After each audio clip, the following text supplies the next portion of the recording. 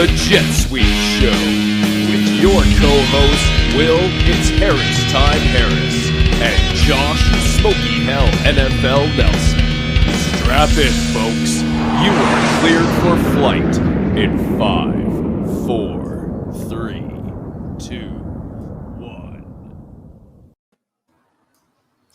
Good evening, Monday Night Football fans. Thanks for flying with us where the Jet Sweep Show takes a 10,000-foot view on the events of this weekend and getting you ready for the week ahead in fantasy football. My co-pilot here, Josh "Smokey-Hell Nelson, and I'm It's Harris Time, Will Harris.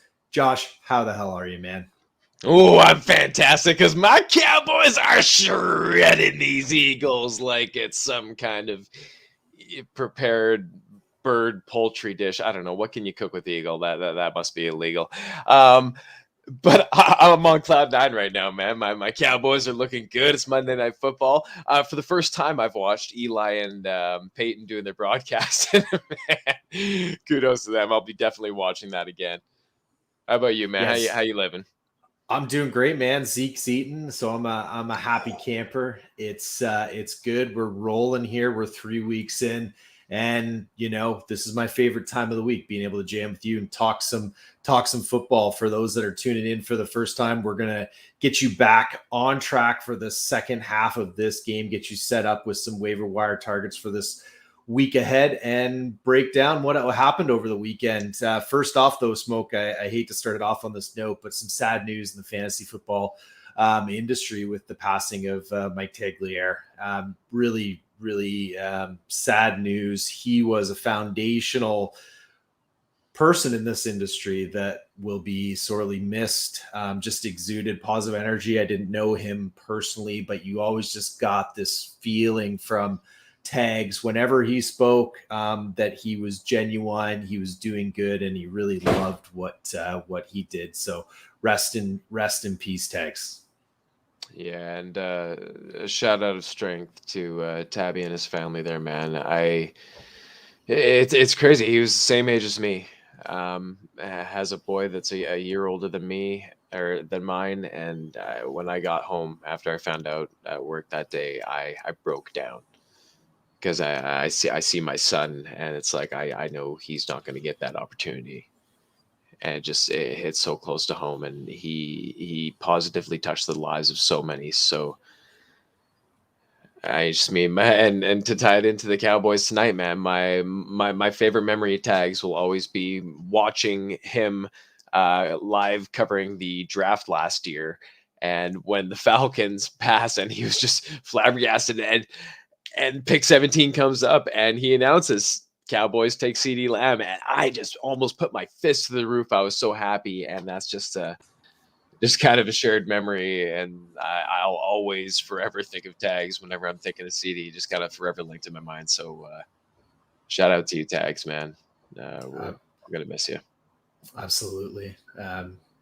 Not somebody that you can replace, but fond memories for yourself and so many other people throughout the industry. So rest in peace, Tags.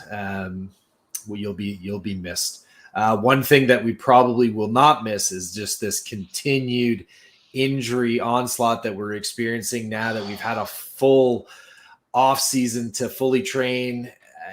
We're going to get into the black box where we run through the events of this weekend. And again, Smoke, it's capped off with a lot of injuries, buddy. Why is it always injuries? Actually, before we dive in, how about a hand for the Baltimore Ravens kicker, Justin Tucker, who set an NFL record with a game-winning 66-yard field goal. I mean, that was beautiful. It's crazy that it took a field goal to beat the Lions, but you know what? It's all good. That was a real nice kick. But seriously, there are a few injuries that we need to be concerned about. Primarily, CMC went down in the second quarter with a hamstring strain. So, spoiler alert, it's Chuba time in Carolina. Nah. More on that later. We also lost Sterling Shepard and Darius Slayton in the same game, again, to hamstring injuries. James White went down in the first half with a potentially serious hip injury. Hope we get a best case scenario there. Fields possibly has a Schrodinger's hand injury. Fields says there is no injury. Nagy says there is, which is amazing because that's all he injured after getting sacked 9 fucking times by Cleveland's potent defensive front, man. I mean, Fields had no chance out there, and his stat line showed it. Let's hope this week is much easier on him. Will? Yeah, absolutely. I won't dwell on the Matt Nagy play calling in that one, but what setting somebody up for failure in Justin Fields. It's just sad. Brighter days are ahead, Chicago. Keep your head up. I know that's an extremely proud franchise. Justin Fields is legit, and he will show it. Let's just be patient there. Switching over to a plethora of injuries to my Pittsburgh Steelers. Obviously, the TJ Watt injury showed itself against the Cincinnati Bengals. Just an overall really toothless effort. And then wide receivers going down. Deontay was already out that game with a knee injury that's undisclosed exactly what that is. Then we had Claypool go down in the second half, got stretched out by trainers. He seems good to go. Nothing has popped in terms of that injury, but Juju is questionable right now in terms of to go next week. So keep your eyes on that in terms of Juju and the wide receivers there. So Deontay and Juju, if they remain sidelined, and if you're super desperate at wide receiver, there's a 4th-year guy named James Washington that is more than capable, can get those deep balls, and has been known to put up a couple meaningful weeks in fantasy. So keep your eyes peeled there. Monitor this really, really close. What was interesting is Claypool got it was 15 targets for 9 catches and 96 yards from Big Ben. And then, of course, Najee got a total of 19 targets, I believe it was. He had 19 targets and over 100 receiving yards, over 150 all-purpose yards. This is a scary situation there in Pittsburgh, but for the Harris truthers out there, was certainly a welcome sight to see that stat line. But let's monitor Deontay's status, Claypool's status going into this week. And if you really need some help, Washington is a guy to watch there. But good to see Harris get going. And then talking wide receivers, Smoke, you know what they say, where there's smoke, there's fire, baby. Fire and Josh Gordon. Yeah, well, if we're talking about smoke, me and maybe that's just a Josh thing, but yeah, Josh Gordon coming back to the Chiefs. I mean, they announced it within an hour he was signed. So clearly, I think there's some gentle nudging happening behind the scenes to get this moving along. But yeah, I don't know. Are we excited over a 29/30-year-old wide receiver coming in? I mean, we've seen the talent before. We've seen the flashes. It's not like he's got a lot of a lot of treads off the tires. He's still got lots of. He hasn't gone a lot of mileage, man. What I'm saying is tread left on the tire. Yeah, there we go. He could be fresh still. We don't know, but I mean, being tied to Patrick Mahomes is not the worst thing in the world for him. So, I put about 30. I put about 30 waiver claims in before the show. Big possession receiver for Mahomes to give it a third option in that passing game. Mm-hmm. Don't hate it, but don't blow your fab budgets, folks. It is no. It could easily go up in smoke.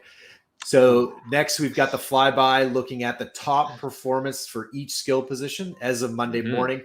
We'll kick it off with quarterback and Josh Allen, who is back in fine form. Buffalo fans just be so happy to see that. He went 32 of 43 for 358 yards and 4 TDs and 4 rushing yards for an additional 9 yards and a rushing touchdown.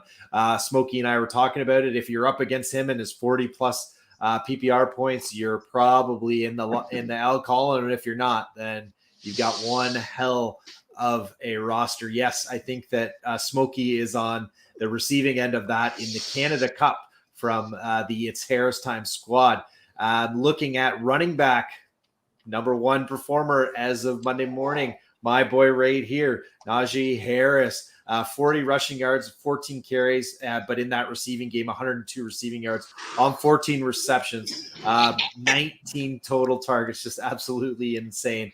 So to see that kind of Lev Bell type volume was encouraging for people that were high on Harris coming into the season. I expect this to continue certainly next week with the wide receiver situation and what could be a come from behind dreamer situation in Green Bay for Pittsburgh fans. So great to see that. And then this is a wide receiver. This is a surprise to me and a guy that we always knew had the talent, who racked up 122 yards and 2 TDs on only 7 receptions. That's Mike Williams, baby, who looks the part in LA. And you know what? It's great to see this. It's been a long time coming for this guy, but man, he looks electric out there and looks almost unstoppable playing for the Chargers. And then tight end, Tyler Conklin, who we should have been reading the tea leaves in Minnesota before the season, where that coaching staff was very, very high on Conklin. They were saying that he was going to be their guy before Irv even got hurt, right?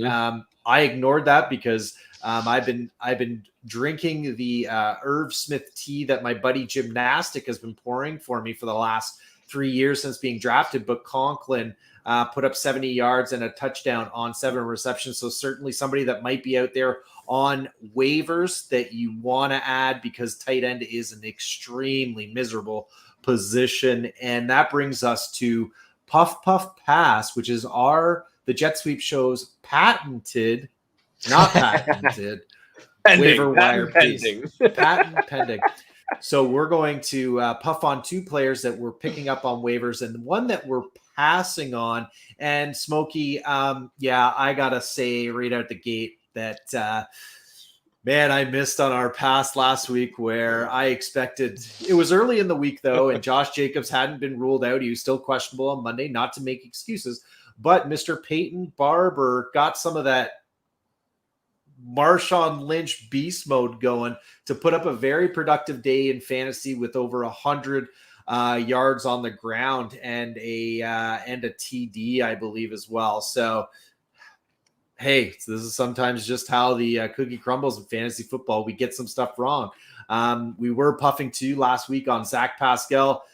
31 yards on 2 receptions, couldn't keep that TD streak going, but still finished as the second highest on the team in targets. We love that volume in fantasy football. And our next puff was on Cordero Patterson, who finished with 20 rushing yards and 7 carries and 82 receiving yards on just 6 receptions.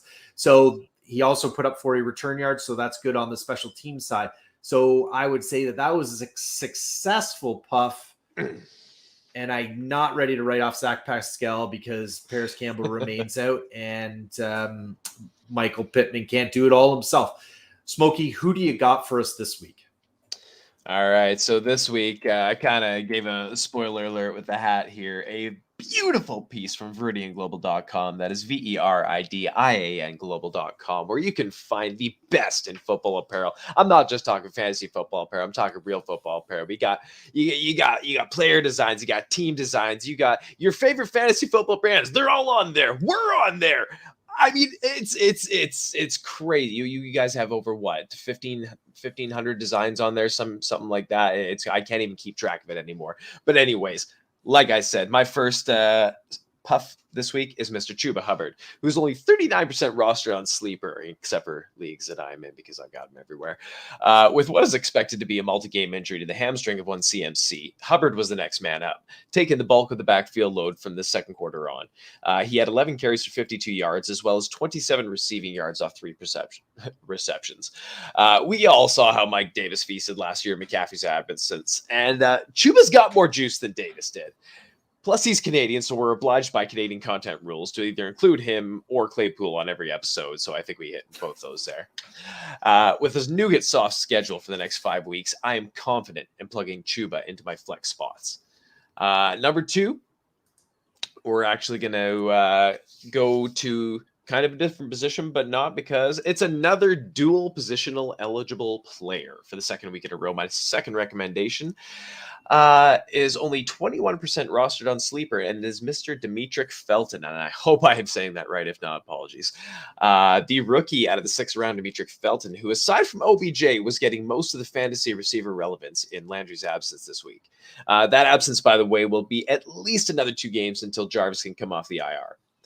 With Felton jumping into that slot role and Baker throwing an average of 7.8 air yards per attempt going into week 3, he could be flex relevant or even fill in positionally with that dual eligibility on some platforms, as some rosters are decimated with those aforementioned injuries from the earlier segment after only 3 weeks into the season.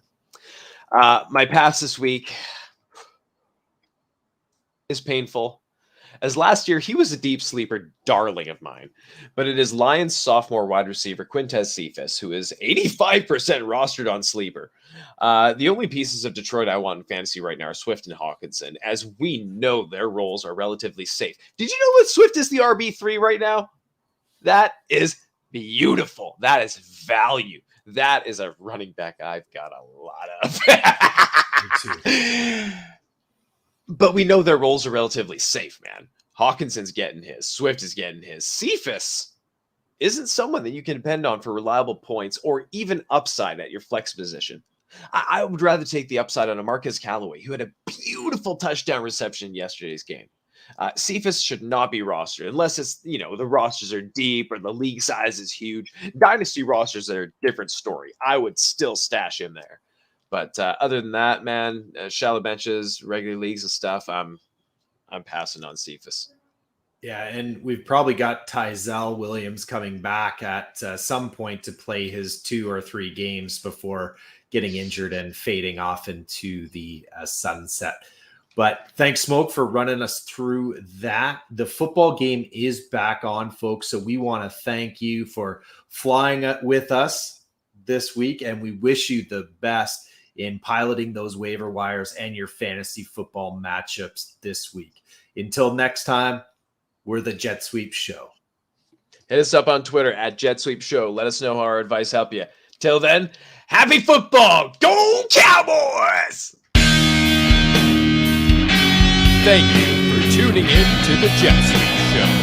You can follow Will at It's Harris Time, Smokey at Smokey-Hell NFL, and the show at Jet Sweep Show. You can find the podcast on Apple Music, Spotify, YouTube, and anywhere else you can find podcasts. Don't forget to subscribe. We'll see you next week.